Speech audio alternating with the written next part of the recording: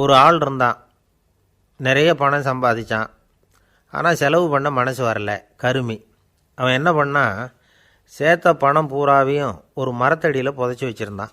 வாரத்துக்கு ஒரு தடவை அந்த மரத்தடிக்கு வருவான், புதைச்ச இடத்த ஆவலோடு பார்த்துக்கிட்டு இருப்பான், அதுக்கப்புறம் போயிடுவான். அவ்வளவுதான். ஒரு நாள் ஒரு திருடன் வந்தான், இவன் புதைச்சி வச்சுருந்ததெல்லாம் எடுத்துகிட்டு போட்டான். இது தெரிஞ்சு போச்சு. அந்த கருமி புலம்ப ஆரம்பிச்சிட்டான். இவன் புலம்பலை கேட்டதும் அக்கம் பக்கத்தில் இருந்தவங்கெல்லாம் ஓடி வந்தாங்க. என்ன விஷயம்னு விசாரித்தாங்க. இவன் சொன்னான். ஒரு பெரியவர் கேட்டார், ஏன்ப்பா வாரம் வந்து இந்த இடத்த பார்க்குறதாக சொன்னியே, எப்போவாவது இதில் இருக்கிற பணத்தை எடுத்து செலவு பண்ணியிருக்கியா அப்படின்னு கேட்டார். நான் அப்பப்போ வந்து அதை பார்க்குறது தான் வழக்கம், அதை தொட்டதே இல்லைன்னு அவன். சரி, அப்படின்னா இப்போவும் நீ அதே மாதிரி வாரம் ஒரு தடவை வந்து இந்த இடத்த பார்த்துட்டு போகலாமே அப்படின்னாராம் அந்த பெரியவர். அதுவும் சரிதானே, எவ்வளவு காலமானாலும் அவன் அந்த பணத்தை எடுத்து செலவு பண்ண போகிறதில்ல. அப்படி இருக்கிறப்ப உள்ளே பணம் இருந்தாலும் ஒன்று தான், இல்லாமல் போனாலும் ஒன்று தான். இதிலேருந்து என்ன புரியுதுன்னா, ஒருத்தர்கிட்ட இருக்கிற பணத்தை கொண்டு அவர் பணக்காரரா ஏழையா அப்படின்னு முடிவு செய்கிறது சரியில்லை. அந்த செல்வத்தை அனுபவிக்கிற திறன், பயன்படுத்துகிற திறன், அதை வச்சு தான் அவர் ஏழையா பணக்காரரா அப்படிங்கிறத நிர்ணயம் பண்ணணும். அதுதான் சரி. செலவு பண்ண தெரியாதவன் சேகரம் பண்ணிகிட்டே இருக்கிறதுனால என்ன பிரயோஜனம்? தலைமுடியே இல்லாதவன் தாராளமாக சீப்புகளை வாங்கி சேகரம் பண்ணுறது மாதிரி தானே இது. சில சமயம் செலவு பண்ண நாம் தயாராக இருந்தால் கூட அந்த செல்வம் நமக்கு பயன்படுறதில்ல. அரேபியாவில் ஒரு நகை வியாபாரி விலை உயர்ந்த முத்துக்களை எல்லாம் அவர் வச்சு வியாபாரம் பண்ணிகிட்டு இருந்தார். அவர் ஒரு சமயம் ஒரு பாலைவனம் வழியாக போயிட்டு இருக்கிறார் ஒட்டகத்தில். அப்போது திடீர்னு கடுமையான புயல் வீச ஆரம்பிச்சுட்டுது. திசை தவறி இவர் எங்கேயோ வந்துட்டார். கூட வந்தவங்களையும் காணலை, எங்கே போனாங்களோ தெரியல. இவர் ரொம்ப பயந்து போய் அங்கே எங்கேயுமா அலைஞ்சு திரியிறார். வழியே தெரியல, பசி கடுமையாயிட்டுது. ஒட்டகத்து முதுகில் ஒரு மூட்டை இருந்தது, அதை பிரித்து பார்த்தார். உள்ளே ஏதாவது இருக்கான்னு தேடி பார்க்குறார். அது வரைக்கும் கண்ணில் தட்டுப்படாத அபூர்வமான ஒரு பை கண்ணில் பட்டுது. ஆஹா, அதில் ஏதாவது சாப்பிட்றதுக்கு இருக்கும் அப்படின்னு நினச்சி ஆவலாக அதை பிரித்து பார்க்குறார். அந்த பையில் விலை உயர்ந்த முத்துக்கள் நிறைய இருந்துதான். அப்போ தான் அவர் நினச்சாராம், விலை உயர்ந்த முத்துக்கள் கூட சாப்பிட்றதுக்கு உணவாக முடியாது அப்படிங்கிறத புரிஞ்சுக்கிட்டாராம். எந்த நேரத்தில் எது நமக்கு தேவையோ அது நமக்கு தாராளமாக கிடைக்கணும். அப்படி அது கிடைக்கிறதுக்கு நம்மக்கிட்ட இருக்கிற செல்வம் பயன்படணும். அது நமக்கும் பயன்படலாம், நம்ம மூலமாக அடுத்தவங்களுக்கும் பயன்படலாம். அதுதான் செல்வத்தின் பயன். ஒரு மரத்தடியில் ஒருத்தன் உட்காந்து அழுதுகிட்டு இருந்தான். அந்த பக்கமாக வந்த இன்னொருத்தன் ஏப்பா அழுதுகிட்டு இருக்கிறேன்னு கேட்டான். இந்த இடத்துல தான் பூமிக்கு அடியில் பணம் இருக்குது, புதைச்ச இடம் தெரியல, அதான் அழறேன் அப்படின்னா. நல்லா ஞாபகப்படுத்தி பாரு, எந்த இடத்துல புதைச்ச அப்படின்னு கேட்டான் இவன். அது எப்படி எனக்கு தெரியும், புதைச்சி வச்சிருக்கிறவன் நான் இல்லையே, எங்கள் எதிர்த்த வீட்டுக்காரன் அப்படின்னானா இவன். அந்த ஆள் என்னை கண்ணா புண்ணான்னு திட்டிவிட்டான் சார், அதை நினச்சா எனக்கு ரொம்ப வருத்தமாக இருக்குது அப்படின்னு சொல்லி கவலைப்பட்டார் ஒருத்தர். இதில் கவலைப்படுறதுக்கு என்ன இருக்குது அப்படின்னார் ஒரு பெரியவர். அவர் ஒரு மகான். என்ன சார் இப்படி சொல்கிறீங்க, ஒருத்தர் நம்ம பார்த்து திட்டுனா வருத்தமாக இருக்காதா அப்படின்னார். அது எப்படி வருத்தமாக இருக்கும், திட்டுறதுங்கிறது என்ன, அது வெறும் சத்தம் தானே அப்படின்னார் அந்த பெரியவர். நம்ம ஆளுக்கு தலையை பிச்சுக்கலாம் போல் இருந்தது. இருக்காது அப்படின்னா நமக்கே அப்படி தானே தோணுது. அந்த பெரியவர் சொல்கிறது ரொம்ப பெரிய விஷயம். அதை நாம் புரிஞ்சிக்க முயற்சி பண்ணலாம்னா நடைமுறை வாழ்க்கைக்கு அது ஒத்து வர்றது மாதிரி தெரிய மாட்டேங்குது. இருந்தாலும் அந்த பெரியவர் அதுக்கு என்ன தான் விளக்கம் கொடுக்குறாருன்னு பார்ப்போமே. ஒரு ரயில் போயிட்டுருக்கு, அதில் ஒரு சாது போயிட்டுருக்கார். அந்த ரயில் வந்து அவர் ஹரித்வாரம் போயிட்டுருக்கார். அவர் ரயிலில் ஏகப்பட்ட கூட்டம்.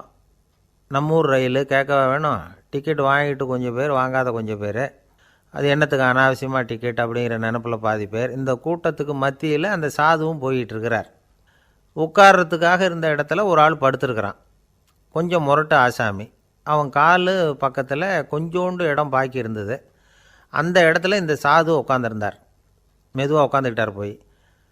ஆனால் அந்த ஆள் ராத்திரி பூரா இவரை காலால் உதச்சிக்கிட்டே இருக்கிறான். அது இவருக்கு ரொம்ப அவமானமாக பட்டுது. அதனால் துக்கம் ஏற்பட்டுது. இருந்தாலும் அதை ஒரு மாதிரியாக சகிச்சுக்கிட்டே இவர் வந்து சேர்ந்தார். பொழுது விடிஞ்சுது. அந்த சாது ஹரித்வார் வந்து சேர்ந்தார். அங்கே ஒரு பெரிய ஞானியை சந்தித்தார். ராத்திரி ரயிலில் அந்த ஆள் உதைச்சதையும் அதனால் தனக்கு ஏற்பட்ட துக்கத்தையும் இந்த சாது அந்த ஞானிகிட்ட சொன்னார். சொல்லிவிட்டு, ஏன் சுவாமி, எனக்கு துக்கம் ஏற்பட்டதே, அது தப்பா அப்படின்னு கேட்டார். தவறு தான்னார் அந்த ஞானி. உனக்கு இன்னமும் தேக அபிமானம் போகலைங்கிறது தான் அது காட்டுது. அஷ்டாவக்கிரர் என்ன சொல்கிறார் தெரியுமா?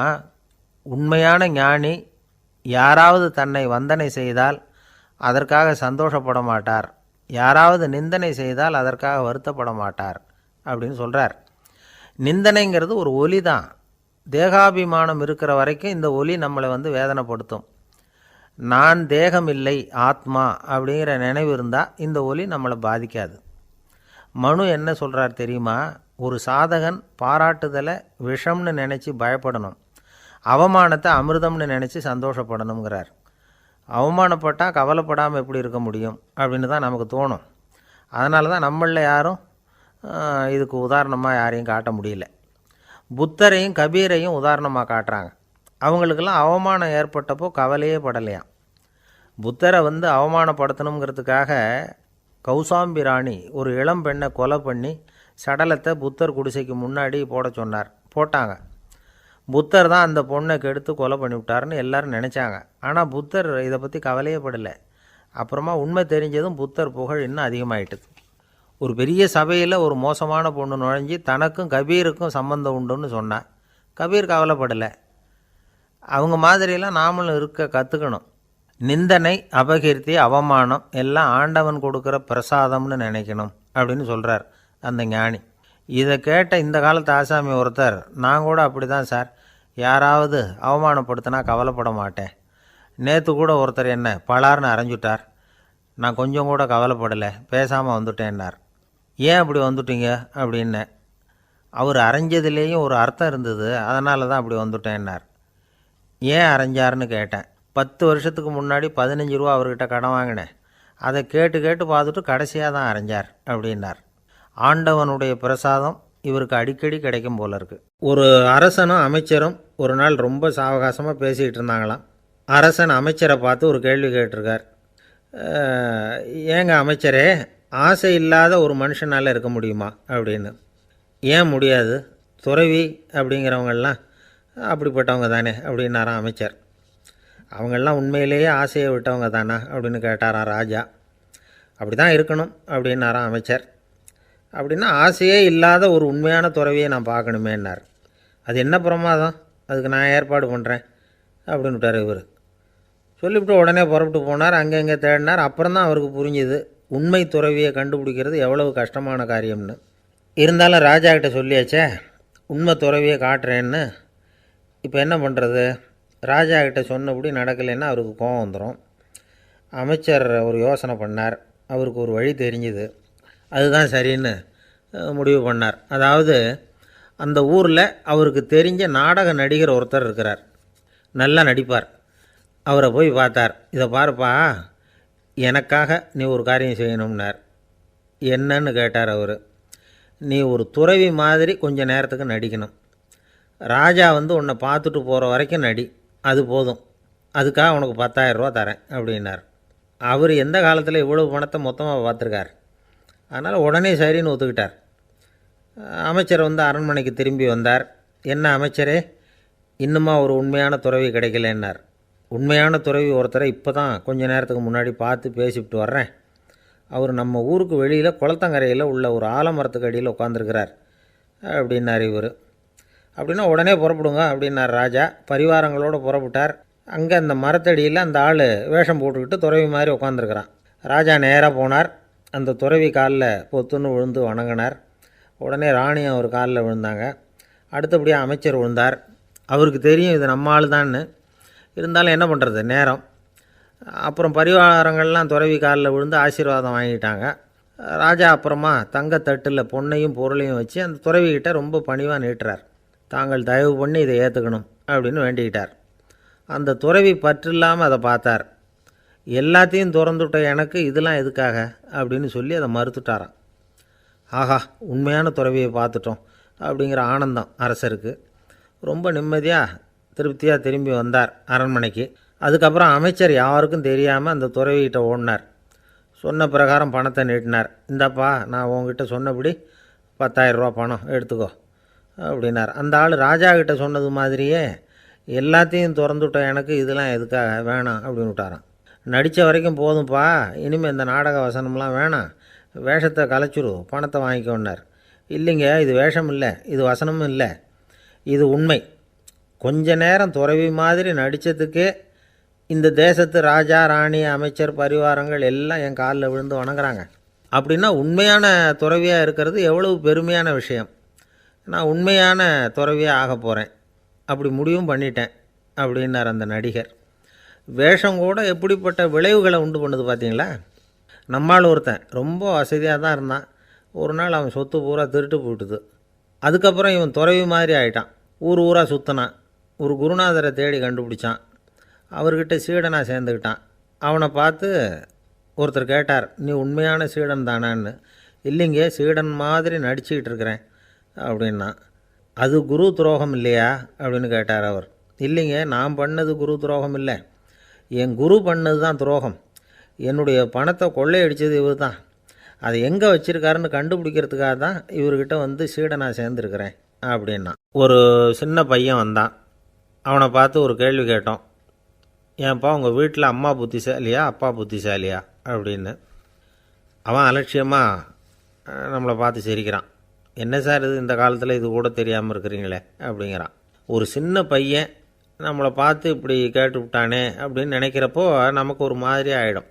அதுக்கப்புறம்தான் இந்த தாத்தா பாட்டிலாம் சொல்கிற ஒரு கதை ஞாபகத்துக்கு வந்தது. அது என்ன கதை தெரியுமா? ஒரு ஊரில் ஒரு அம்மாவும் பிள்ளையும் இருந்தாங்களாம். அந்த மகனுக்கு திடீர்னு தேசாந்திரம் போய் வரணும்னு ஆசை வந்துட்டுது. ஊர் ஊராக போய் சுற்றி பார்க்கணுங்கிற ஆசை. அந்த அம்மாவுக்கு இது பிடிக்கல. மகனை பிரிஞ்சு இருக்கிறதுக்கு அவங்க மனசு இடம் கொடுக்கல. வேணாப்பான்னு சொல்லி பார்த்தாங்க, அவன் கேட்கல. திடீர்னு புறப்படவும் செஞ்சுட்டான். சரி, இனிமேல் அவனை தடுக்க முடியாதுன்னு முடிவு பண்ணிக்கிட்டாங்க அந்த அம்மா. இருந்தாலும் புத்திசாலித்தனமாக ஒரு யோசனை பண்ணாங்க. மகனை கிட்டத்தில் கூப்பிட்டாங்க. அவங்ககிட்ட சொன்னாங்க, இதை பாருப்பா, நீ தேசாந்திரம் போகிறதுன்னு தீர்மானம் பண்ணிவிட்ட, அதை நான் தடுக்கலை, போயிட்டு வந்துடும். ஆனால் போகிறதுக்கு முன்னாடி எனக்கு ஒரு வாக்குறுதி கொடுத்துட்டு போ அப்படின்னாங்க. போகிறப்போ ராத்திரியாக இருந்தாலும் பகலாக இருந்தாலும் சரி, புளிய மரத்து நிழலில் தான் தங்கணும்.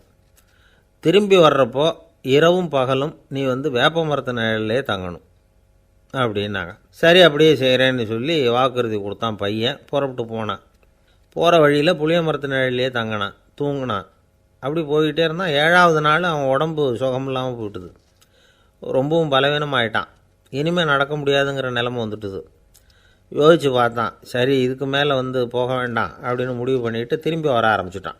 திரும்பி வர்றப்போ வழியில் வேப்ப மரத்து நிழல்லையே தங்கி தங்கி வந்தான். நாளுக்கு நாள் உடம்பு சரியாக வந்துட்டுது. 7ஆவது நாள் வீட்டுக்கு வந்து சேர்றான். உடம்பு பழையபடியே கலகலப்பாயிட்டுது. பூரண சுகம். தேசாந்திரம் போன பையன் திரும்பி வந்துட்டானே அப்படின்னு அந்த அம்மா ஆச்சரியப்படலை. ஏன்னா அவங்களுக்கு தெரியும் இப்படி ஆகும்னு. பையன் சீக்கிரமாக திரும்பி வரணுங்கிறதுக்காக தான் அவங்க அந்த யோசனையை சொன்னாங்க. என்ன விஷயங்கிறதையும் அவங்களே சொன்னாங்க. மகனே, புளிய மரத்து நிழல் உடம்புக்கு உஷ்ணத்தை கொடுக்கும், சீக்கம் உண்டாக்கும். அதனால் நீ வந்து தொடர்ந்து புளிய மரத்து நிழலில் தங்கினாவே நோய்க்கு வந்து ஆளாயிட்ட. அதனால் பயணத்தை வந்து முடிச்சுக்கிட்டு திரும்பி வரணுங்கிற முடிவுக்கு வந்துட்ட. திரும்பி வர்றப்போ நீ தங்கினது வேப்ப மரத்து நிழல். அது உடம்புக்கு வந்து குளிர்ச்சியை தரக்கூடியது, நோயை தீர்க்கக்கூடியது. அதனால் சுகமாக வீட்டுக்கு வந்து சேர்ந்துட்ட. உன்னோட தேசாந்திர பயணத்தை தடுக்கிறதுக்காக தான் இப்படி பண்ணினேன் அப்படின்னாங்களாம் அந்த அம்மா. பார்த்தீங்களா அம்மாவோட புத்திசாலித்தனத்தை? அப்பாவாக இருந்தால் இப்படியா பண்ணுவார்? ஒரு அப்பா வந்து பையன்கிட்ட 10 ரூபா கொடுத்து இதை எடுத்துக்கிட்டு அடுத்த ஊருக்கு போய் அங்கே இருக்கிற மாமா கிட்ட இதை கொடுத்துட்டு வாடா, வழியில் எங்கேயாவது மரத்தடியில் படுத்து தூங்கி விடாதே அப்படின்னு எச்சரிக்கை பண்ணி அனுப்புனாராம். பையனுக்கு எச்சரிக்கையாக வாழறது எப்படிங்கிறத கற்றுக் கொடுக்கறதுக்காக இப்படி பண்ணார். அவன் பணத்தை வாங்கிட்டு போனான். அப்பா சொன்னதை மறந்துட்டு ஒரு மரத்தடியில் படுத்து தூங்கிட்டான். அவனுக்கு தெரியாமல் அவன் பின்னாடியே போன அப்பா அவன் கையில் இருந்த அந்த 10 ரூபாயை நைஸாக எடுத்துகிட்டு வந்துட்டார். அவன் பையில் தானே வச்சுருந்தான், அது தெரியாமல் எடுத்துகிட்டு வந்துட்டார். அவன் தூங்கிக்கிட்டு இருக்கான். எடுத்துகிட்டு ஒரு மறுபடியும் வீட்டுக்கு வந்துட்டார். பையன் முழிச்சுக்கிட்டு பையை தடவி பார்க்குறான், பணத்தை காணும். அழுதுகிட்டே திரும்பி வந்தான். அப்பா கிட்டே விஷயத்த சொன்னான். அப்பா சிரிச்சுக்கிட்டே சொன்னார், அதுக்கு தான்ப்பா ஆரம்பத்திலேயே எச்சரிக்கை பண்ணினேன், இனிமேலாவது நீ ஜாக்கிரதையாக இருக்கணும் அப்படிங்கிறதுக்காக தான் இப்படி பண்ணினேன். அந்த பணம் எங்கேயும் போயிடலை, நான் தான் அதை உனக்கு தெரியாமல் எடுத்து வச்சிருக்கிறேன். இதோ பாரு அப்படின்னு சொல்லிட்டு சைடு பாக்கெட்டில் கையை விட்டா அது ஓட்டையாக இருக்குது. அதை எவனோ ஏற்கனவே கத்திரிச்சு எடுத்துகிட்டு போட்டான். இப்போ அப்பா முகத்தில் அசடு வழிஞ்சுதான். அள்ள அள்ள குறையாதது அட்சய பாத்திரம், அது நமக்கு தெரியும், கேள்விப்பட்டிருக்கிறோம். ஆனால் போட போட நிரம்பாத ஒரு பாத்திரம் உண்டு. அது என்ன தெரியுமா? நம்மளில் பல பேர்கிட்ட அந்த பாத்திரம் உண்டு. அதுதான் பேராசை அப்படிங்கிற பாத்திரம். அதை நிறைவு செய்யவே முடியாது. பேராசையை பற்றி சுஃபி இலக்கியத்தில் ஒரு பிரபலமான கதை உண்டான். அதை ஒரு பெரியவர் எடுத்து சொல்லியிருக்கிறார். ஒரு மன்னர் நகர்வலம் போயிட்டுருக்கார். ஒரு பிச்சைக்காரன் மன்னர் எதிரில் வரான். பிச்சை போடுங்கோங்கிறான். என்னுடைய அமைதியை கெடுக்காதே போங்கிறார் மன்னர். அவன் சிரிக்கிறான். அரசே, உங்களுடைய அமைதி கெடக்கூடிய நிலையில் இருந்தால் அதுக்கு பேர் அமைதியே கிடையாது அப்படின்னு நானா. எதிரில் நிற்கிறது வெறும் பிச்சைக்காரன் இல்லை, யோகி அப்படிங்கிறத மன்னர் புரிஞ்சுக்கிட்டார். துறவியே, உங்களுக்கு என்ன வேணும்னாலும் கேளுங்க, கொடுக்குறேன்னாராம். அந்த துறவி மறுபடியும் சிரிக்கிறார். அரசே, உங்களால் முடியாததையெல்லாம் கொடுக்க முடியும்னு சத்தியம் செய்யாதீங்க அப்படின்னார். மன்னருக்கு கோபம் வந்துட்டுது. என்ன இவர் இப்படி சொல்கிறாரே அப்படின்னு நினச்சார். நகர்வலத்தை பாதியிலேயே நிறுத்தினார். வாங்க அரண்மனைக்குன்னார். துறவியை அழைச்சிக்கிட்டு அரண்மனைக்கு வந்துட்டார். துறவி தன்கிட்ட இருந்த பிச்சை பாத்திரத்தை நீட்டினார். இது நிறைய எனக்கு பொற்காசுகள் வேணும் அப்படின்னாராம். அவ்வளவு தானா, இது ஒரு பெரிய காரியமா அப்படின்னு கையை தட்டினாராம் மன்னர். ஒரு பெரிய தாம்பாளம் நிறைய பொற்காசுகள் வந்து சேர்ந்தது.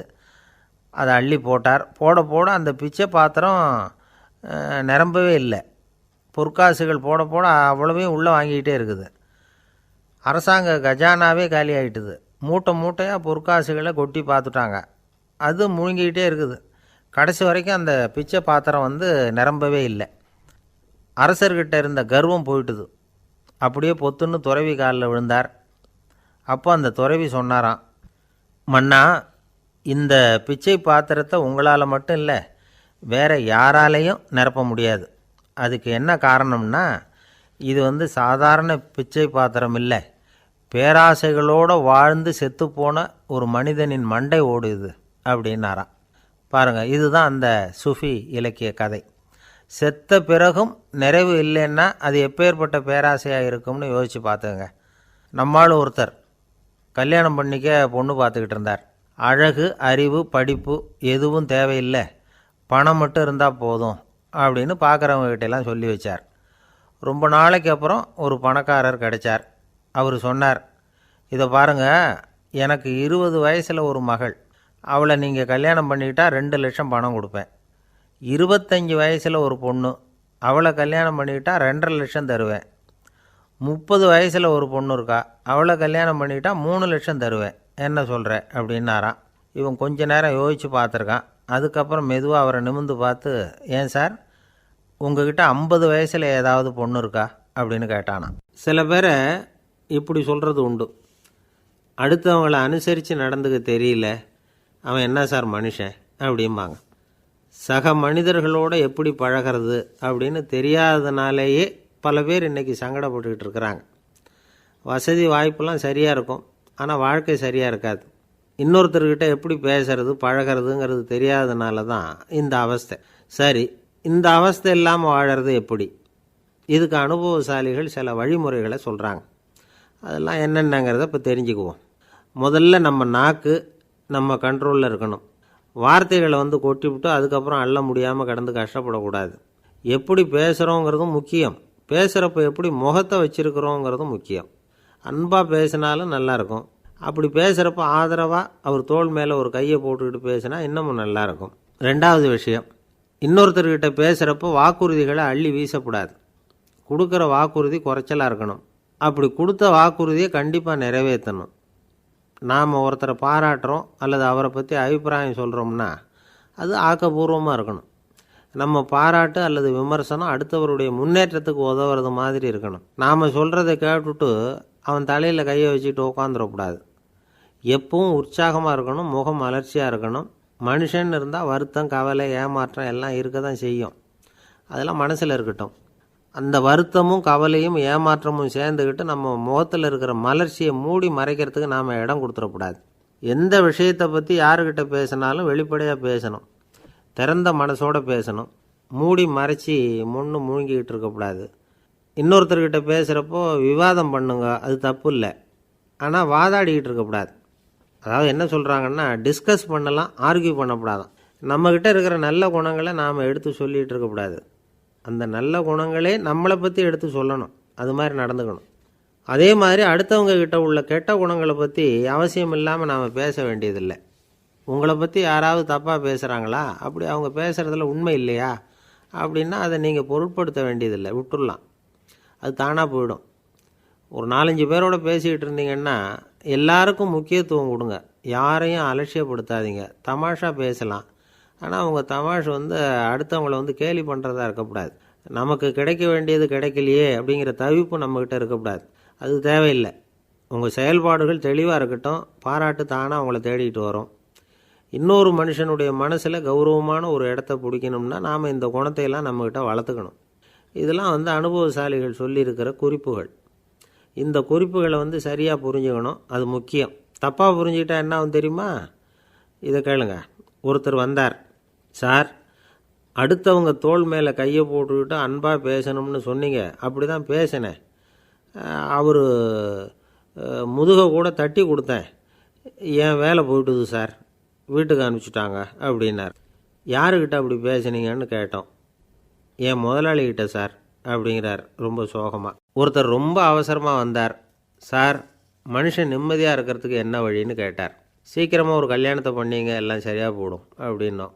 அவர் ஒரு மாதிரியாக பார்த்தார். ஏற்கனவே எனக்கு கல்யாணம் ஆகிட்டுது சார், அதனால தானே நிம்மதியாக இருக்கிறதுக்கு வழி கேட்குறேன் அப்படின்னார். சரி, இவர் ஒரு மாதிரியான கேஸ் அப்படின்னு நினச்சிக்கிட்டு நம்மக்கிட்ட இருந்த ஒரு சின்ன புத்தகத்தை அவர்கிட்ட தூக்கி கொடுத்தோம். இதை படித்து பாருங்கன்னு. கல்யாணத்துக்கு பிறகும் சந்தோஷமாக இருக்கிறதுக்கு என்ன வழி அப்படிங்கிற கேள்விக்கு அந்த புத்தகத்தில் விளக்கம் இருந்தது. கணவன் மனைவிக்குள்ளே சிக்கல் வராமல் இருக்கிறதுக்கு அதில் சில வழிகளை சொல்லி கொடுத்துருக்குறாங்க. அதெல்லாம் என்னென்ன அப்படிங்கிறத இப்போ பார்க்கலாமா? குடும்பம்னு இருந்தால் கோபம் வரதான் செய்யும். அது வந்துட்டு போகட்டும், பரவாயில்ல. ஆனால் அந்த கோபம் ஒரே நேரத்தில் 2 பேருக்கும் வந்துடாமல் பார்த்துக்கணும். ஒரு சமயத்தில் யாராவது ஒருத்தர் தான் கோபப்படணும், அடுத்தவங்க அமைதியாக இருக்கணும். அதுக்கப்புறம் இவர் அமைதியான உடனே அவங்க ஆரம்பிச்சிக்கலாம். கோபமாக ஏதாவது சொன்னால் உடனே கோபமாக பதில் சொல்லக்கூடாது. கொஞ்சம் பொறுத்து கோபம் தீர்ந்த உடனே அந்த பதிலை சொல்லலாம். அப்போ பதில் கோபமாக இருந்தால் கூட அது அவ்வளோ பெருசாக தெரியாது. அற்ப விஷயத்துக்கெல்லாம் காய்ச்சி மூச்சுன்னு கத்திக்கிட்டு இருக்கக்கூடாது. உங்கள் 2 பேருக்குள்ளே ஒரு தர்க்கம் ஆரம்பமாயிட்டுதுன்னு வச்சுக்கோங்க. கடுமையாக 2 பேரும் விவாதம் பண்ணுறீங்க. உங்களில் ஒருத்தர் இதில் ஜெயிக்கணும்னா அது நீங்களாக இருக்க வேணாம், அடுத்தவங்க ஜெயிக்கிறதுக்கு நீங்கள் துணையாக இருங்களேன். அப்படின்னா நீங்கள் கொஞ்சம் விட்டு கொடுக்கணும், அவ்வளவுதான். ஏதாவது குத்தம் சொல்லணுமா, செஞ்ச தப்பை சுட்டி காட்டணுமா, விமர்சனம் பண்ணணுமா, பண்ணுங்க, வேணான்னு சொல்லலை. ஆனால் சொன்னதை அப்படி சொல்கிறத கொஞ்சம் அன்பாக இதமாக சொல்லுங்கள். எப்போது நடந்த தவறுகளையெல்லாம் இப்போ போய் மறுபடியும் ஞாபகப்படுத்திகிட்டு இருக்க வேண்டாம். நான் அப்போவே சொன்னேன் இந்த புடவை வேணாம்னு, நீங்கள் தான் கேட்கல, இப்போ பாருங்கள் கிழிஞ்சு போச்சு இப்படின்னு கத்துனாங்க ஒரு அம்மா. எப்போ சொன்னீங்கன்னு கேட்டால் ஒரு 10 வருஷத்துக்கு முன்னாடி தீபாவளி சமயத்தில் அப்படிங்கிறாங்க. அது என்ன இன்னும் அப்படியே புதுசாகவே இருக்கும்?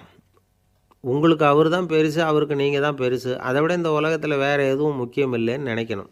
நீ தான் என்னுடைய உலகம்னு எத்தனை தடவை சொல்லியிருப்பீங்க? அதெல்லாம் வெறும் வசனமாக போயிடக்கூடாது. ஏதாவது ஒரு பிரச்சனையை பற்றி கடுமையாக விவாதம் பண்ணிக்கிட்டு இருக்கீங்க, அதை அப்படியே பாதியில் விட்டுட்டு படுக்கைக்கு போயிடக்கூடாது. சொச்சத்தை நாளைக்கு பேசிக்கலாம்னு. அப்படி போனால் தூக்கம் வராது. பிரச்சனையை ஒரு முடிவு பண்ணிக்கிட்டு அதுக்கப்புறமா தூங்க போகணும். ஒரு நாளில் ஒரு தடவையாவது உங்கள் ஜோடியை பாராட்டி நல்ல விதமாக கனிவாக ஒரு வார்த்தை சொல்லணும் அப்படின்னு தீர்மானம் பண்ணிங்க. ஏதாவது தப்பு பண்ணிவிட்டிங்கன்னா பரவாயில்ல, அதை ஒத்துக்கிறதுக்கும் மன்னிப்பு கேட்குறதுக்கும் தயாராக இருக்கணும். அது ஒன்றும் கேவலம் கிடையாது. வீட்டுக்குள்ளே தானே கேட்க போகிறீங்க, வெளியில் யாருக்கு தெரிய போகுதோ? எப்படியோ உங்களுக்குள்ளே ஒரு சமரசம் ஆனால் சரி தான். ஒரு தகராறுன்னு எடுத்துக்கிட்டால் குறைஞ்சபட்சம் அதுக்கு 2 பேர் தேவை. தனியாகவே உட்காந்துக்கிட்டு நான் இப்போ தகராறு பண்ணிகிட்ருக்கிறேன் அப்படின்னு யாரும் சொல்ல முடியாது. 2 பேர் தகராறு பண்ணுறாங்கன்னா பொதுவாக அந்த 2 பேரில் யார் அதிகமாக பேசுகிறாங்களோ அவங்க பேரில் தான் தப்பு இருக்கும். அதை மனசில் வச்சுக்கணும். இதெல்லாம் தான் அந்த புத்தகத்தில் போட்டிருக்கிற வழிமுறைகள். இவ்வளவும் சரியாக வரலைன்னா அப்புறமா சொல்லுங்கள், வேறு புத்தகம் ஏதாவது இருக்கான்னு தேடுவோம். ஒரு கணவன் தன்னுடைய மனைவியை அழைச்சிட்டு ஒரு மனோதத்துவ டாக்டர்கிட்ட வந்தாராம். டாக்டர், எங்களுக்கு கல்யாணம் ஆகி 30 வருஷ காலமாக நாங்கள் ஒரு விஷயத்தில் கூட ஒத்து போனதில்லை அப்படின்னு ஆரம்பித்தார். உடனே அந்த அம்மா குறுக்கிட்டு, அது 30 வருஷம் இல்லை 32 வருஷம் அப்படின்னாங்களாம். ஒருத்தர் இருக்கார், நல்ல உத்தியோகத்தில் தான் இருக்கிறார். ஆனால் எப்போ பார்த்தாலும் முகத்தை வெறுப்பாக வச்சுருப்பார். அப்படியே வருவார் போவார். ஏன் சார் இப்படி இருக்கிறீங்க அப்படின்னு விசாரித்தோம். ஏன்டா இந்த வேலைக்கு வந்தோம்னு இருக்குது சார் அப்படின்னார். உங்கள் வேலை உங்களுக்கு பிடிக்கலையா அப்படின்னு கேட்டோம். இல்லைன்னார். இப்படிப்பட்டவங்க வெற்றிகரமான வாழ்க்கை வாழ முடியாது. இது நிபுணர்கள் கருத்து. வேலையை நேசிக்க தெரிந்தவர்கள் வெற்றி பெறுவார்கள் அப்படிங்கிறாங்க அவங்க. எந்த துறையாக இருந்தாலும் சரி, அந்த துறையில் வெற்றிகரமாக இருக்கிறவங்கள விசாரித்து பாருங்கள். எனக்கு என்னுடைய வேலை ரொம்ப பிடிக்கும் அப்படின்னு சொல்கிறவங்களாக தான் இருப்பாங்க. அப்படி இருந்தால் தான் அது வெற்றிகரமாக இருக்க முடியுது அவங்களால. ஒருத்தனுக்கு பிடித்தமான பொழுதுபோக்கே அவனுடைய தொழிலாக இருந்துட்டுதுன்னா அவனை மாதிரி கொடுத்து வச்சவன் வேறு யாரும் இல்லை அப்படிங்கிறார் பெர்னாட் ஷா. ஒரு தடவை மன்னர் ஹுமாயூன் உயிரை தண்ணீர் மொண்டு ஊற்றுகிற தொழிலாளி ஒருத்தர் காப்பாற்றினாராம் அந்த ஹுமாயூன் உயிரை. உடனே மன்னர் கேட்டிருக்கார், உனக்கு என்ன வேணும்னாலும் கேளு தரேன், உயர் பதவி வேணுமா அப்படின்னு கேட்டாராம். மன்னா, மக்களின் தாகம் தீர்க்கக்கூடிய இந்த பணியை விட உயர்ந்தது உண்டா அப்படின்னாராம் அந்த தொழிலாளி. அவரால் அவருடைய வேலையை நேசிக்க முடிஞ்சுது, அதனால் மகிழ்ச்சியாக இருக்க முடிஞ்சுது. நாமெல்லாம் அப்படி இல்லை. வேலை கிடைக்கிற வரைக்கும் கிடைச்சா போதும் அப்படின்னு இருக்கோம். கிடைச்சதுக்கப்புறம் ஏன்டா இந்த வேலைக்கு வந்தோம்னு ரொம்பவும் அழுத்துக்குவோம். சரி, நாம் இருக்கிற இடத்துல நாம் வெற்றிகரமாக இருக்க வழி உண்டா அப்படின்னா உண்டுன்னு சொல்கிறாங்க. அதாவது மன இயல் நிபுணர்கள் இருக்கிறாங்க இல்லையா, அவங்க அதுக்கு முக்கியமாக 6 வழிகள் சொல்கிறாங்க. நீங்கள் ஒரு அலுவலகத்தில் வேலை பார்க்குறவரா அப்படின்னா இதை கேளுங்க. அதாவது உங்கள் மேலதிகாரி எதிர்பார்ப்புக்கு தகுந்த மாதிரி உங்கள் வேலை இருக்குதா? அப்படி இல்லைன்னா முதல்ல உங்கள் வேலையின் தரம் உயரணும். உங்களுக்கு மேலே கீழே வேலை பார்க்குற பணியாளர்கள்கிட்ட நல்ல விதமாக பழகிறீங்களா? அந்த உறவு முறையில் ஏதாவது குறை இருந்தால் அதை கண்டுபிடிச்சி சரி பண்ணுங்கள். நம்பிக்கைக்கு உரியவர் அப்படின்னு நீங்கள் பேர் எடுக்கணும். நீங்கள் எடுக்கிற முடிவு நல்ல முடிவாக தான் இருக்கும் அப்படின்னு அடுத்தவங்க சொல்லணும். உங்கள் தோற்றத்துக்கு முக்கியத்துவம் கொடுங்க. இது மனம் உடல் ரெண்டும் சம்மந்தப்பட்டது.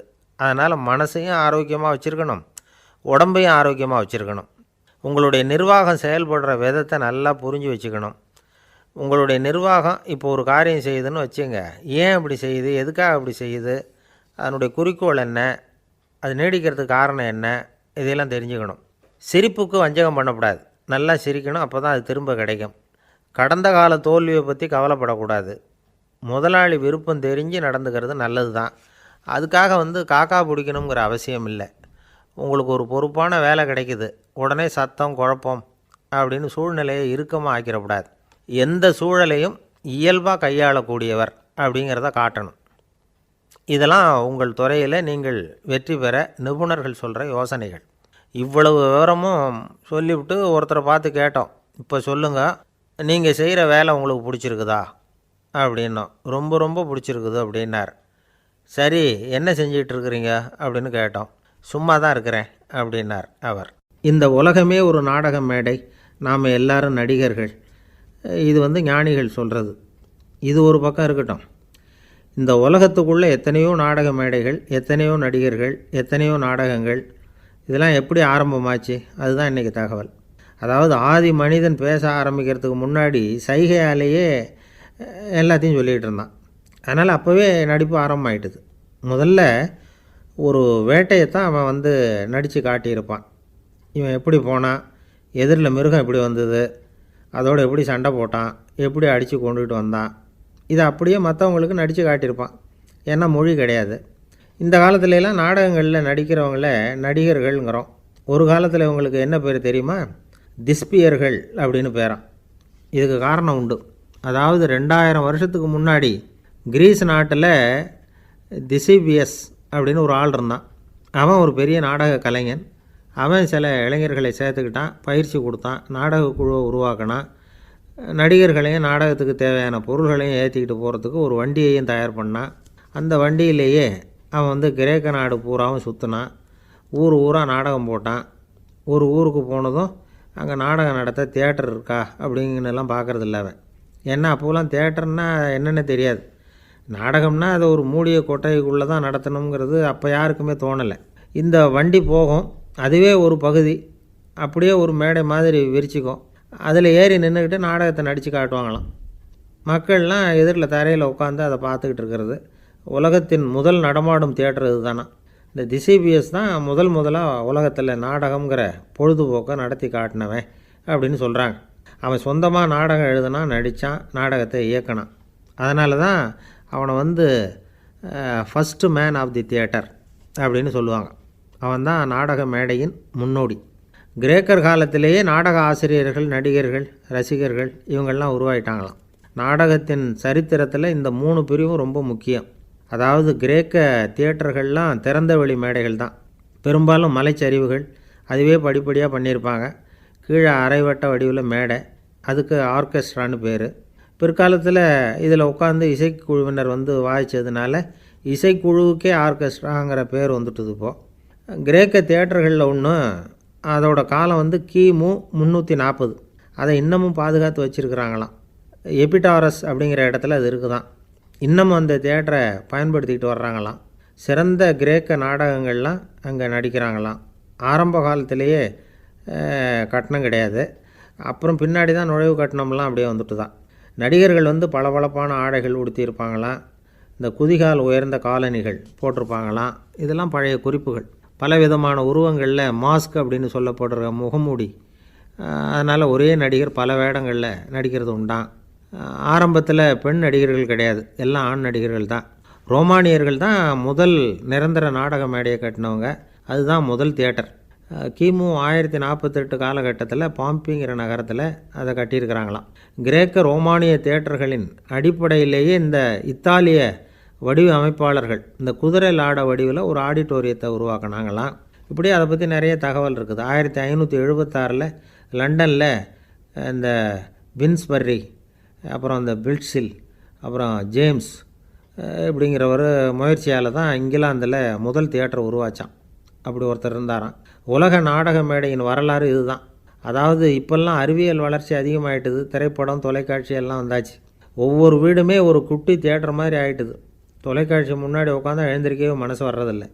ஒரு அம்மா ஒரு மனோதத்துவ டாக்டரை தேடிட்டு வந்தாங்களாம் இந்த காலத்தில். டாக்டர், எங்கள் வீட்டுக்காரர் எப்போ பார்த்தாலும் டிவி முன்னாடி உட்காந்துக்கிட்டு அதையே வெறிச்சு பார்த்துக்கிட்டு இருக்கிறார், உத்து பார்த்துக்கிட்டு இருக்கார், எனக்கு சந்தேகமாக இருக்குன்னாங்களாம். இது மனக்கோளாறு இல்லைங்க, ஆர்வக்கோளாறு, அவ்வளவுதான், இதுக்காக பயப்படாதீங்கன்னாரான் டாக்டர். அப்படி இல்லை டாக்டர், டிவி ஓடும் பொழுது நாம் எல்லாம் அதை பார்க்குறோம் சரி, ஆனால் அவர் அப்படி இல்லை, டிவியை நிறுத்தினதுக்கு அப்புறமும் அதையே உத்து பார்த்துட்டு